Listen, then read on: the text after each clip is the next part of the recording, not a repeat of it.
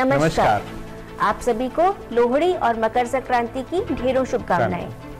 कृषि से जुड़ी महत्वपूर्ण जानकारी लेकर आपके द्वार हम लाए हैं पूसा समाचार। पूसा समाचार के इस अंक में मैं डॉक्टर शालिनी गौर रुद्रा, वैज्ञानिक, खाद्य विज्ञान एवं फसलोत्तर प्रौद्योगिकी संभाग, एवं मैं डॉक्टर विशाल सोमवंशी, प्रधान वैज्ञानिक, सूत्रकृमि विज्ञान संभाग, दर्शकों का हार्दिक अभिनंदन करते हैं। आज के अंक में हम दर्शकों को सरसों में रोग प्रबंधन एवं न्यूट्री किचन गार्डनिंग की तकनीकी जानकारी देंगे। पूसा समाचार के माध्यम से विभिन्न प्रदेशों से किसान भाई लगातार अपनी समस्याएं हमारे व्हाट्सएप नंबर 9560297502 पर भेज रहे हैं, जिनका समाधान हम पूसा व्हाट्सएप सलाह सेगमेंट में आपसे साझा करेंगे। और अंत में मौसम खबर। तिलहनी फसलों में सरसों एक प्रमुख फसल है जो सिंचित और बारानी दोनों अवस्थाओं में उगाई जाती है। अगर रोगों की बात की जाए तो सरसों में तना गलन और सफेद रोली प्रमुख रोग हैं, जिसके कारण उपज में काफी नुकसान होता है। अच्छी उपज लेने हेतु हमारे किसान भाई किस प्रकार इन रोगों की रोकथाम कर सकते हैं, इसकी विस्तृत जानकारी दे रहे हैं पूसा संस्थान के हमारे विशेषज्ञ डॉक्टर लक्ष्मण प्रसाद। सफेद रोली के बारे में बताएंगे। यह बीज के साथ आती है कि जैसे ही फसल की बुवाई लेट सीजन में करते हैं तो ये बीमारी पौधे की प्रारंभिक अवस्था से शुरू होती है और पत्ती पर और साथ में फिर स्टैग हेड, जिसको हम तना कहते हैं, जहाँ फलियाँ बनती हैं, उस तक पहुँचती है। इसकी रोकथाम के लिए मुख्य बात है, सबसे पहले किसान अगेती बुवाई करें, जो कि 10 से 25 अक्टूबर के बीच में हो जानी चाहिए। साथ ही साथ मेटालेक्जल एप्रोन 35 HD से 6 ग्राम प्रति किलोग्राम बीज के दर से उपचारित करें। अगर फसल पर रोग के लक्षण दिखाई देते हैं तो रेडोमिल MZ, जो कि मेटालेक्जल और मैंकोजेब का मिश्रण होता है, 75 WP फफूंदीनाशक के 0.25% घोल का छिड़काव करें। दूसरा छिड़काव 30 दिन बाद करें। एक महत्वपूर्ण बात है कि अनुकूल जैव कारक होते हैं, जैसे कि 75% से अधिक मौसम में नमी, 5 से 12 डिग्री सेंटीग्रेड तापमान व बदली युक्त या कोहरे का प्रभाव, जैसे कि 2 से 6 घंटे तक सूरज का दिखाई देना। इस तरह की दशाएं अगर 8 से 10 दिन लगातार रहती हैं तो यह रोग उग्र रूप धारण कर लेता है। दूसरा है तना गलन रोग।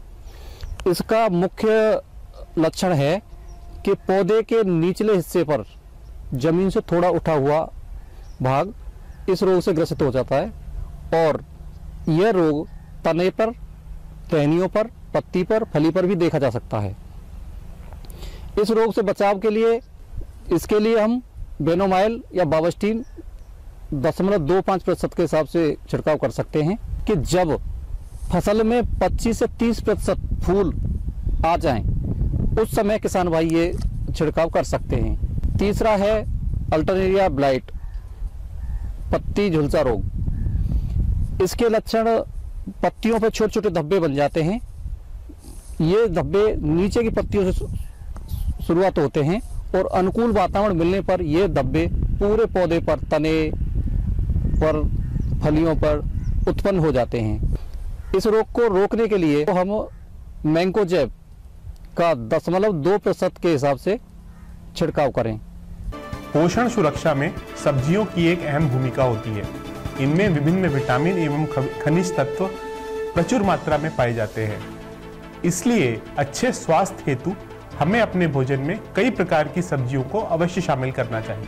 जी बिल्कुल, घरों में न्यूट्री गार्डन बनाकर हम अपनी सब्जियों की आवश्यकता को स्वतः ही पूरा कर सकते हैं।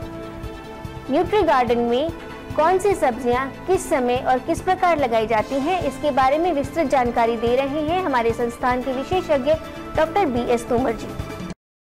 कुपोषणता एक अभिशाप है। कुपोषणता किसी भी राष्ट्र की प्रतिभा एवं प्रतिष्ठा को प्रभावित करती है। पोषणता से निपटने के लिए भारत सरकार द्वारा वर्ष 2014 में खाद्य सुरक्षा अधिनियम लागू किया गया, जिसके अंतर्गत प्रत्येक परिवार के सदस्यों को उनकी दैनिक जीवन की आवश्यकता का निर्धारण करते हुए आवश्यक मात्रा में गेहूं, चावल आदि की व्यवस्था की गई, जिससे हमारे शरीर की जो आवश्यकता है ऊर्जा की, हमारी प्रोटीन की या हमारी जो है वसा की आवश्यकता है, उसको आपूर्ति करने का प्रयास किया गया है। परंतु शरीर के एक संतुलित विकास में खाद्य सब्जियों एवं फलों का विशेष महत्व है। विशेषज्ञ द्वारा ये सलाह दी जाती है स्वस्थ रहने के लिए प्रति व्यक्ति प्रतिदिन 300 ग्राम सब्जियों का इस्तेमाल करना चाहिए। इसमें 125 ग्राम पत्तेदार सब्जियां, इसके साथ साथ 75 ग्राम आपको फल वाली सब्जियां और 100 ग्राम जड़ एवं कंद की सब्जियों के इस्तेमाल की सिफारिश की जाती है। अगर ये सब्जियां स्वस्थ हैं और बेहतर तरीके से उगाई गई हैं, यानी कि आप अगर इन सब्जियों को या कुछ फलदार वृक्षों को स्वयं उगा करके अपने पोषण में सम्मिलित करते हैं, तो इससे आपके पोषण की गुणवत्ता एवं उसका सुधार होता है।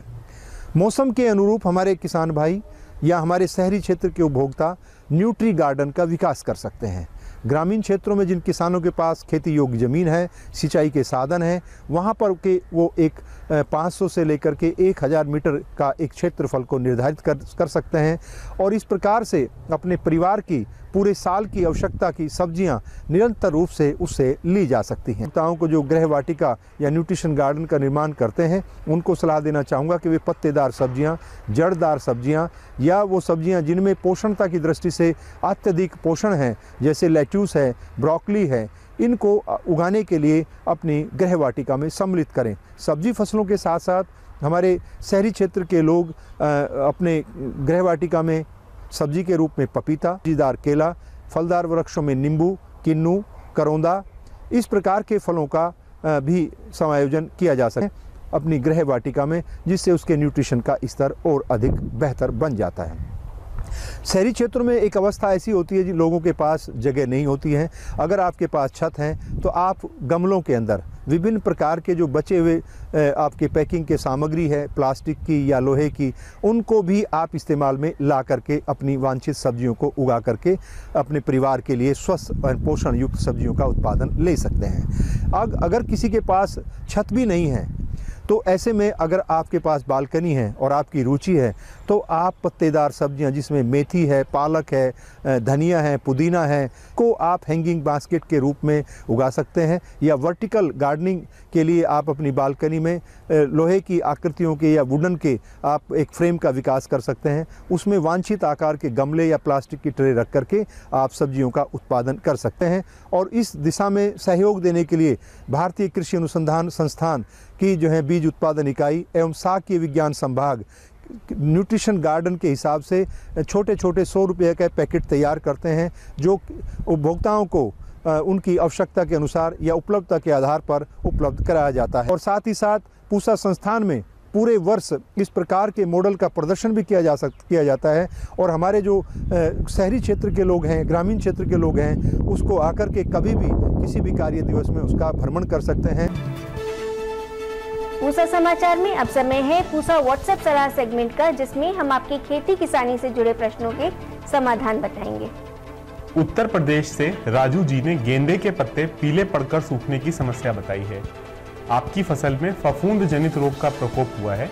इसके समाधान हेतु मैंको जेब की 400 ग्राम मात्रा को 200 लीटर पानी में घोल बनाकर 1 एकड़ में छिड़काव करें। साथ ही सिंचाई केवल जड़ों पर करें और पानी पौधे के ऊपर से न डालें। साजापुर मध्य प्रदेश से राजेश कुमार जी ने चने के पत्तों में छेद होने की समस्या बताई है। आपकी फसल में चने की फली बिदक यानी पॉड बोरर का प्रकोप हुआ है। यदि यह इसकी शुरुआती अवस्था में है तो आप इसके जैविक उपचार हेतु नीम के तेल की 1 लीटर मात्रा को 200 लीटर पानी में घोल बनाकर 1 एकड़ में छिड़काव कर सकते हैं। अधिक प्रकोप की अवस्था में क्लोरनट्रानिलिप्रोल की 50 ml मात्रा 200 लीटर पानी में घोल बनाकर 1 एकड़ में छिड़काव करें। नीमच मध्य प्रदेश से भगत सिंह जी ने लहसुन के पत्तों में कीट लगने और पौधों के पीले पड़ने की समस्या बताई है। आपकी फसल में थ्रिप्स का प्रकोप हुआ है। इसके समाधान हेतु फिप्रोनिल की 200 मिलीलीटर मात्रा को स्टिकर की 800 मिलीलीटर मात्रा में मिलाकर 200 लीटर में घोल बनाएं और 1 एकड़ में छिड़काव करें। रायपुर छत्तीसगढ़ से देवकी मरकम जी ने बैंगन के पत्तों के नीचे की तरफ मुड़ने की समस्या बताई है। आपकी फसल में लीफ कर्ल विषाणु का प्रकोप है जो सफेद मक्खी के कारण फैलता है। इसके समाधान हेतु इमिडाक्लोप्रिड की 60 से 65 मिलीलीटर मात्रा को 200 लीटर पानी में घोल बनाकर 1 एकड़ में छिड़काव करें। आइए सुनते हैं आने वाले सप्ताह में कैसा रहेगा मौसम का हाल मौसम खबर में। भारत मौसम विज्ञान विभाग द्वारा दिए गए मौसम पूर्वानुमान के अनुसार 17 और 18 जनवरी को तमिलनाडु, पुडुचेरी, कराईकल में, 18 जनवरी को जम्मू कश्मीर, लद्दाख, हिमाचल प्रदेश में कुछ कुछ स्थानों पर गरज के साथ बौछारें गिरने की संभावना है। 19 से 21 जनवरी के दौरान पश्चिमी हिमालयी क्षेत्र में हल्की से मध्यम वर्षा और आसपास के मैदानी इलाकों में कुछ कुछ स्थानों पर हल्की वर्षा की संभावना है। तमिलनाडु, पुडुचेरी, कराईकल में कुछ कुछ स्थानों पर छिटपुट वर्षा की भी संभावना है। प्रिय किसान भाइयों, बहनों एवं दर्शकों, आशा करते हैं पूसा समाचार का यह अंक भी आपकी खेती किसानी से जुड़ी समस्याओं के समाधान में जरूर सहायक होगा। आप सभी दर्शकों से निवेदन है कि पूसा समाचार के हर अंक का लाभ उठाएं। हमारे फेसबुक पेज और ट्विटर हैंडल को भी जरूर फॉलो करें। ज्यादा से ज्यादा संख्या में हमारे संस्थान के चैनल को सब्सक्राइब करें।